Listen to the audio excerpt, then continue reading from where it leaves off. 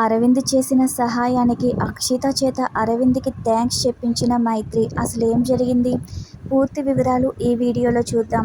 సప్తపది serial June 24 ఎపిసోడ్లో ఏం జరిగిందంటే, సుశీల హాస్పిటల్ నుంచి తప్పించుకొని బయటకు వచ్చేస్తుంది. అయితే అక్కడ రోడ్డు మీద ఒక వ్యక్తి దగ్గరకు వెళ్ళి ఒకసారి ఫోన్ ఇమ్మని పోలీసులకి ఫోన్ చేస్తుంది. ఒక వృద్ధాశ్రమంలో ఉంటున్నట్టు అక్కడ జరుగుతున్నదంతా చెప్తుంది. నా గుండె అమ్మడానికి ప్లాన్ చేస్తున్నారని, అవయవాలతో వ్యాపారం చేస్తున్నారని, తను ఉన్న హాస్పిటల్ అడ్రస్ చెప్తుంది. ఇప్పుడే వస్తానని ఆయన ఫోన్ పెట్టేస్తారు. అక్కడే ఉండండి అంటారు. అయితే అక్కడే ఉంటే మళ్ళీ ప్రాబ్లం అవుతుందని సుశీల అక్కడి నుంచి వెళ్ళిపోతుంది. మరోవైపు ఈశ్వర్ప్రసాద్ ఫోటో చూస్తూ, నాన్న నువ్వుంటే ఇన్ని సమస్యలే వచ్చేవి కాదుగా, ఇప్పుడు ఇంట్లో ఒక్కొక్కరు ఒక్కో సమస్య ఫేస్ చేస్తున్నారని అంజలి బాధపడుతూ ఉంటే విక్కీ దగ్గరకు వస్తాడు. మీరేమనుకోపోతే ఒకసారి ఫోటో ఇవ్వండి, గ్లాస్ వేయించుకుని తీసుకొస్తాను అంటాడు. కొన్నిసార్లు పగిలినవి అతికించకపోవడమే మంచిదిగా అంటుంది. పగిలినవి మళ్ళీ అతికిస్తే అది వస్తువైనా జీవితమైనా అర్థం ఉండదుగా అంటుంది అంజలి. కొన్ని పగిలితే తిరిగి అతుక్కోలేవేమో గాని మనసున్న వాళ్ళ చేతిలో పెడితే విరిగిన ప్రతిదానికి ఇంకో రూపం వస్తుందని విక్కీ అంటాడు. ఆ రూపం ఎప్పుడూ చూడని అద్భుతంగా కనిపిస్తుంది అంటాడు. వెళ్ళిపోయిన వాళ్ళు తిరిగి రాకపోయినా వాళ్ళ జ్ఞాపకాలు మనల్ని వదిలి వెళ్ళవు. నాకు నా అనేవాళ్ళు ఎవరూ లేరు. నా లైఫ్లో కూడా అమ్మ నాన్న ఎవరో ఒకళ్ళు ఉన్నా బాగుండేదని ఫీల్ అవుతూ ఉంటాను. ఆ దేవుడు నాకంత అదృష్టం ఇవ్వలేదు. మిమ్మల్ని చూసిన ప్రతిసారి నాకు ఆనందంగా ఉంటుంది. నాకు లేని సంతోషం, నాకు లేని తోడు మీకుంది అంటాడు విక్కీ. నేను బాధపడుతున్న ప్రతిసారి మీ అన్నయ్య నాకు ఒక మాట చెప్పేవాడు. చనిపోయిన వాళ్ళ గురించి వాళ్ళు ఏడుస్తూ అలా గుర్తు పెట్టుకోకూడదని, వాళ్ళు ఇచ్చినవి సంతోషంగా గుర్తు పెట్టుకోవాలని విక్కీ చెప్తూ ఉంటే, నువ్వు కూడా జీవితంలో చాలా బాధపడినట్టున్నావు కదా అంటుంది అంజలి.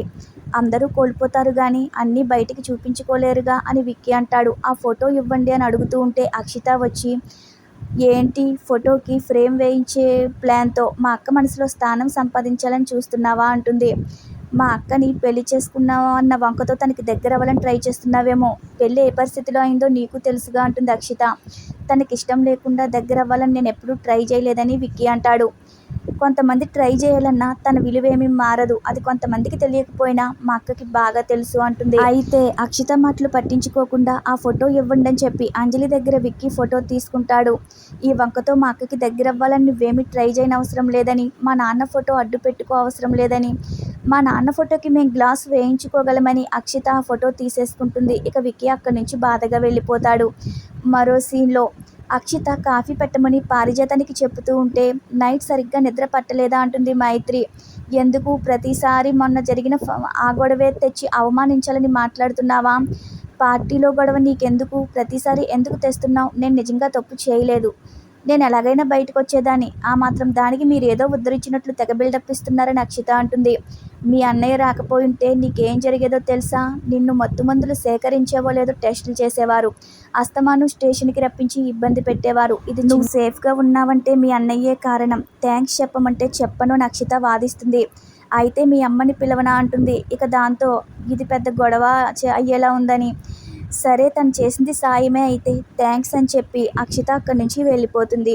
ఇక మరోవైపు ఈశ్వర్ప్రసాద్ ఫోటోకి ఫ్రేమ్ వేయించడానికి పుల్లయ్య బయటికి వెళ్తూ ఉంటే ఇంద్ర ఎదురుపడతాడు. అప్పుడే మైథిలి బయటికి వచ్చి, దొంగ గురించి ఆచూకీ తెలిసిందా అని కావాలనే ఇంద్రాని చూస్తూ పుల్లయ్యని అడుగుతుంది. పారిపోయాడు కదా అంటాడు పుల్లయ్య. వాడి జాగ్రత్తల్లో వాడుంటాడు అని పుల్లయ్య అంటూ ఉంటే, ఇంకోసారి అలాంటి పిచ్చి ప్రయత్నాలు చేసి గదిలోకి దూరితే అలాంటి సస్తే జరుగుతుందని ఆ దొంగకు అర్థమయ్యే ఉంటుందని ఇంద్రాని చూస్తూ మైత్రి లోపలికి వెళ్ళిపోతుంది. ఇక మరోవైపు మయూక అందంగా రెడీ అవుతూ ఉంటే, ఎక్కడికి వెళ్తున్నావు? చాలా ఎగ్జైటింగ్గా ఉన్నావు అని అక్షిత అంటుంది. ఈరోజు కార్తికేయ బర్త్డే, విష్ చేయడానికి వెళ్తున్నాను. ఎలా విష్ చేయడానికి వెళ్తున్నావు? బిజినెస్ పార్ట్నర్గానా, ఫ్రెండ్గానా, ఇంకో రకంగానా అని అక్షిత అంటే, నీ మాటలు డబుల్ మీనింగ్ కనిపిస్తుంది అంటుంది మయూక. సరే నీకోసం తను వెయిట్ చేస్తాడుగా, తొందరగా వెళ్ళు అని ఇంక అక్షిత బయటికి వచ్చేసి శోభ దగ్గరికి వచ్చి, నాకు 4 డ్రెస్సులు కావాలి, షాపింగ్కి వెళ్ళాలి అని అంటుంది. అంజలి నేను తోడు వస్తానంటే, అంజలిని మాత్రం తీసుకెళ్ళకూడదు, ఓల్డ్ ఫ్యాషన్ అంటుంది అక్షిత. తను ఓల్డ్ ఫ్యాషన్ అని నన్ను రావద్దంటలేదు. నేను క్యాజువల్ డేకి కూడా కాస్ట్లీ డ్రెస్సులు కొనొద్దంటాను. అందుకే నన్ను రావద్దంటుందని అంజలి అంటూ ఉంటే, ఇంతలో మయూక కార్తికేయ బర్త్డేకి వెళ్ళాలని బయలుదేరుతుంది. అయితే శోభ వెళ్ళమంటుంది గాని నువ్వెక్కడికి వెళ్ళనవసరం లేదని అరవింద్ అంటాడు.